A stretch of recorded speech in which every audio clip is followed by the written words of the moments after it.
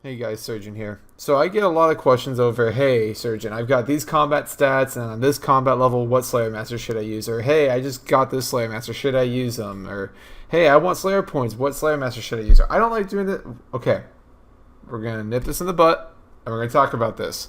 We're going to talk about what Slayer Master you should use and why and what levels you should use or have before you go for these Slayer Masters.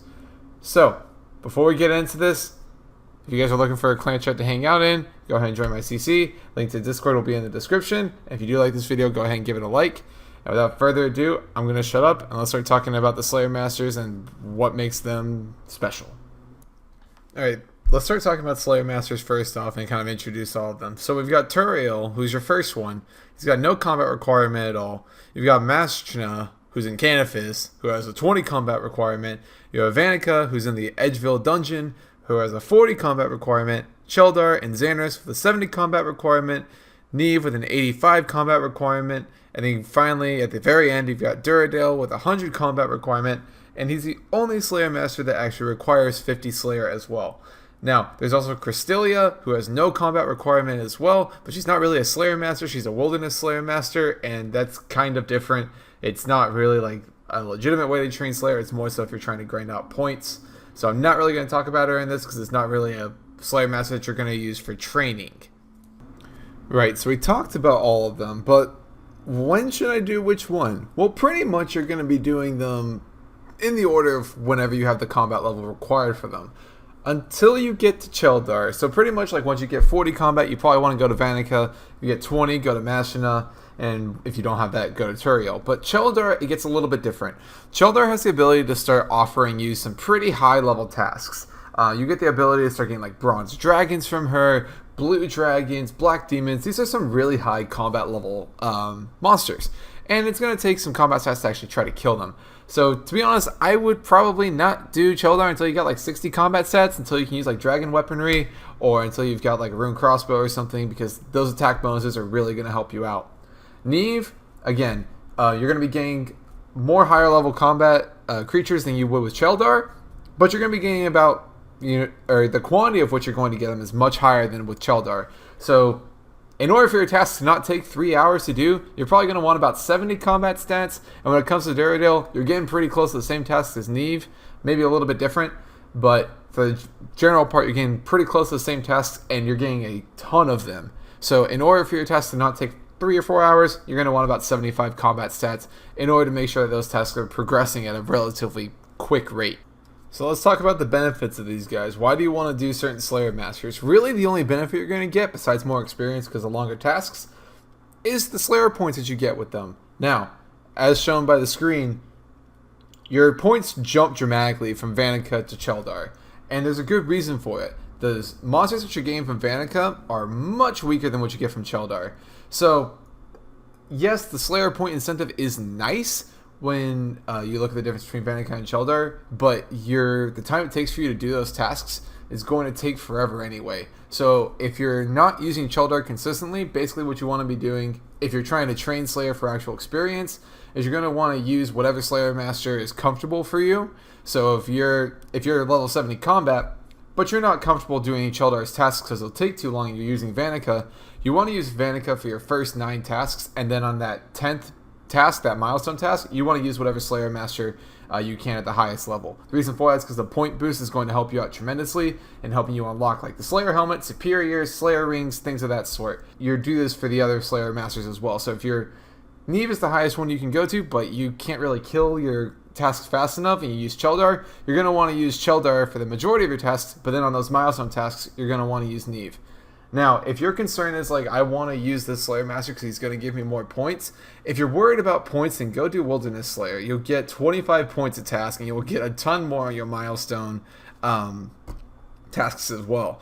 And if you're really concerned about point boosting, then all you need to do is do your first 9 tasks with Turiel, and then go do your 10th task with your highest Slayer Master. And that was the traditional way of boosting Slayer points. But nowadays, with Wilderness Slayer points, you can get them pretty fast just by using Crystalian, I think is her name. But I've never really used Wilderness Slayer points, or Wilderness Slayer tasks, because in getting 93 Slayer, I'm still sitting on like 2.3k Slayer points, and I have no idea what to spend them on. But now for the real reason you probably clicked on this video. Nieve versus Duradel. Which one's better? Let's talk about this. So Nieve has no Slayer requirement and requires 85 combat before you can get any kind of tasks from her. Now, what are the benefits of Nieve? Well, for one, if variety is kind of something that you want when doing Slayer, she's got a very large variety of monsters to choose from, or not really choose from, but to be given tasks from. So if you're worried about burning out and killing the same monster and over and over and over, Nieve actually has a large variety of different creatures she can actually assign to you, as shown by her Slayer list on the left. This is a picture from a spreadsheet. I got the idea from Zulu when I first started getting into Slayer, so I went ahead and updated one and made one for myself. I'll have a link for it in the description. Zulu kind of gave me the idea initially, but I'm not sure if he's updating it. I'll continue to update this as new creatures get developed into the game. But basically what the list shows is the creatures that she'll assign, the amount that she could assign, and then the weight of that task being assigned, which is basically like the percent chance that you could actually get this assigned. So if something's got a weight of 10, it's going to be much more likely that you're going to get assigned that versus something that has a weight of 2, like the Zygamites on here. Another thing about Nieve is that she offers a very good experience type of monsters. If you look at the tasks, one, she offers Tazar or Jad tasks, which is once you know how to kill Jad, one of the best experience tasks in the game from how quick you can do the fight case with a blowpipe.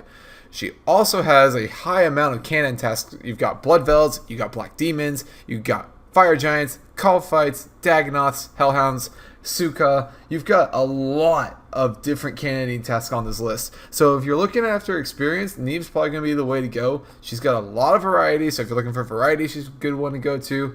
But mainly because of the amount of Jad you'll be getting and the amount of cannoning tasks, she's great for experience. But what about Duradel? He's like the highest Slayer master. He should give you a ton of experience for the monster you get, right? Not really. Duradel gives you a smaller pool of monsters to choose from than Nieve, so it's a much more refined. So if you look at the weighting for these tasks, a lot of them are a lot higher, and that's because there's not a whole lot of them to choose from, or not as many of them to choose from. So some of them you're going to be getting a little bit more frequently. Also, these tasks are very high level. You've got Dark Beasts at ranking at an 11 rating, you have Abyssal Demons at a 12 rating, you've got Boss tasks at a 12 rating. All three of those are very high level creatures, and they're very high level Slayer creatures. And that's part of the reason why Duradel assigns them, is because he is the top Slayer master. He should be giving you the hardest Slayer monsters, because you should have the highest Slayer requirement to do this guy anyway. So he gives you a smaller pool of monsters to choose from. The tasks you get, though, are much larger, so you'll be at the task for a longer period of time, which in theory could equal more experience because you're not having to bank or change out gear, get a new task, whatever.